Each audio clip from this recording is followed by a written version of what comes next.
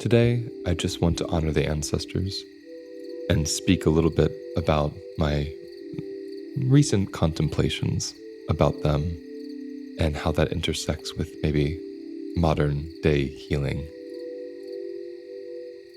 My ancestors didn't have time to be traumatized because they were too busy surviving. And so I stand from my privileged life, a gift they gave me from their broken bodies, and judge them for their inadequacies. Accessible therapy, free Instagram posts, and a culture centered around self-help didn't exist for them. Yet I expect them to have broken the cycles that I ended up breaking, in great thanks to this modern culture I'm in. I'm no longer angry with my ancestors. I am in awe of them. Their violence, their oppression, their joy, their angst, their medicine, and their ignorance has brought my body forward. I am literally the seed of their blood, their struggles, and their lives and deaths. My power is in how I tend to this seed, what I feed it, and how I treat it. I thank them, I invoke them, I walk with them. When I look at my face, I see so many places. I see the coasts of Ireland, smell the seaweed there, and feel the cold, misty wind. I see the Tainos with their strong cheeks, brown skin, and gorgeous bodies staring out into the Caribbean Sea. I see the Maghrebs of Northern Africa, the Berbers, their long, elegant faces and strong eyelashes to block the sand and wind. I see the Germans farming and the Portuguese fishing. My body is made of so many places and people. Some of them traded like cattle, some of them the traders. They all live in me. They all belong in me. I dare not label them colonizers, oppressors, drunks, abusers, or oppressed. Nor do I label them medicine workers or witches or priests or Indians. They are many things, some all at once. Who am I to judge their actions? I've never had to endure what they did.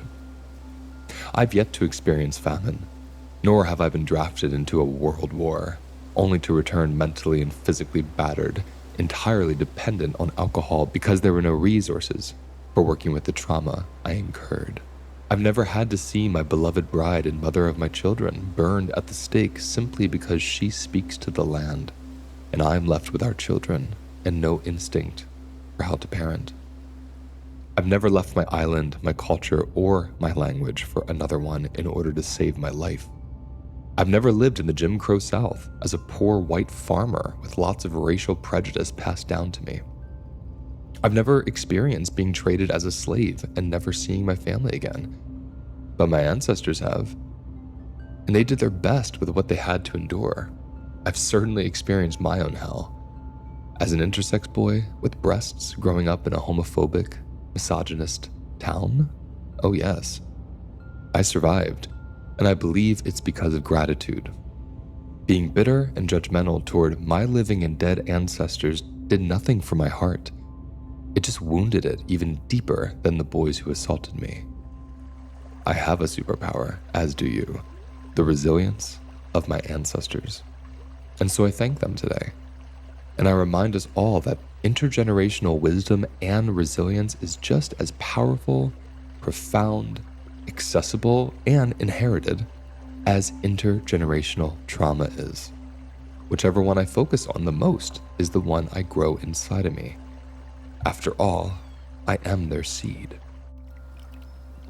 As I sat with these words for the past few weeks, them spilling through me, them spiraling around me, I couldn't help but notice other ancestors, not just the human ones or animal ones, but the structures, the buildings, the remnants of other times that we haven't lived in, but we can still touch. Isn't that magical? And I was sitting in my car, looking at the full moon, watching the morning sun rise over the mountain, very cold, very frosty. And I noticed this barn that was an old horse stable, and a parking lot had been plowed, tilled, mowed, stoned, and slightly asphalted right up to its old splintered body. And as I looked at it, this came out.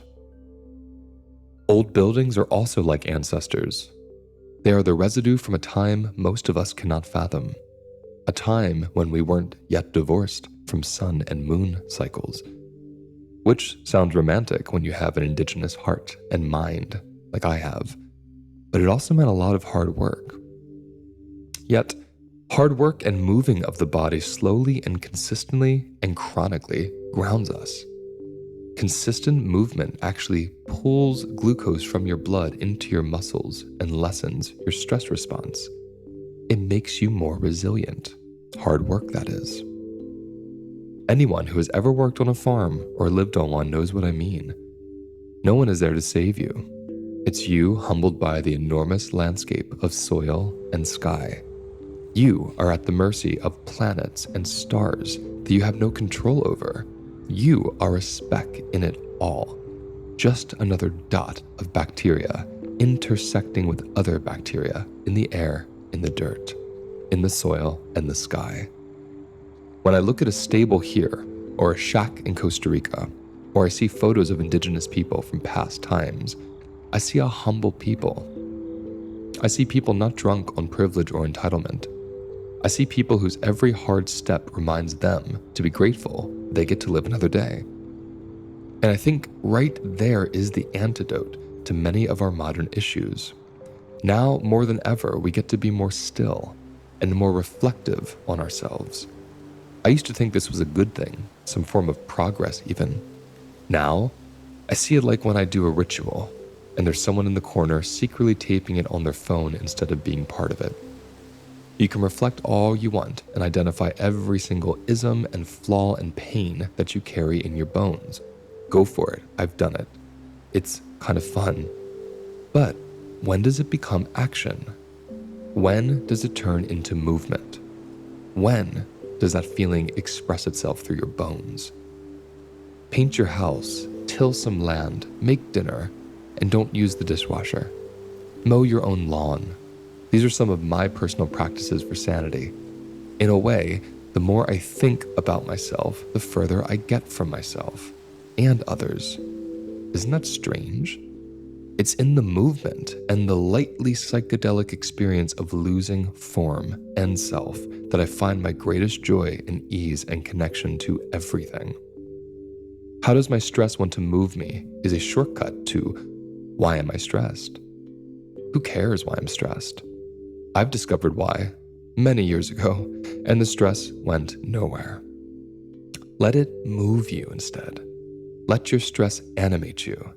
See your stress as some wild, expansive, cosmic goddess rushing through your tiny, silly human frame, because maybe we're just not that important. Maybe I'm not that important. I am just a tiny speck of something that is. What a relief. And I will close these thoughts that I share with you on this almost solstice morning with a small practice. Sit back in a chair, lay on the bed, stand up on your 2 feet, let your body be supported however it wants to be, and scan the body for what we call stress. Not the stress you identify in your mind, not the stories, not even the image or visual memory, but the felt sense of stress, the tension that lives in your chest, that tightness in your jaw, that ache in your neck, the nausea in your belly, the pressure, the unease. And put a hand there, touch it. When we think about it, we don't interact with it. We just observe it. See what it's like to touch this place and notice how you touch it. Are you touching it like someone you love? Or are you touching it like something you fear? Are you touching it like you're a doctor? Or are you touching it like you're a friend? And see how it responds to your touch, this energy that could potentially animate you. What does it do? Does it get bigger? Do you feel emotions rise up? Does it get softer? Do you laugh? Do you cry? Do you tune out and think about something else? Remove your hand and just ask this stress in your body, how do you want to move me? And maybe it shows you an image. Maybe you immediately start rolling your shoulders or stretching your arms out. Maybe you let out a sound. Maybe you cough. Maybe you crack. Maybe you cry. Give it 30 seconds and just see how it wants to move you.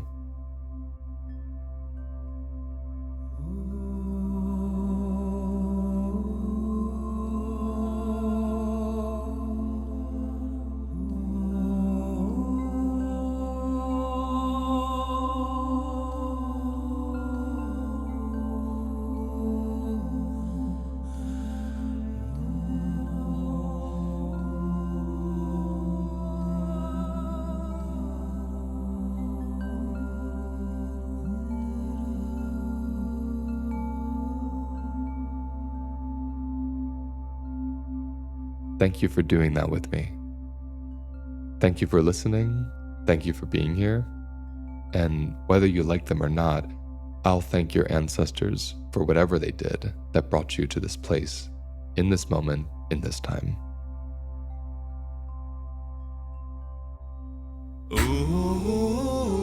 That's the end of today's episode. Now let's take a moment to notice where we feel the episode in our bodies. Close your eyes. Take a breath. And let whatever wants to come up, come up. And remember, those sensations hold the wisdom that we're looking for. If you want to go deeper, visit holisticlifenavigation.com.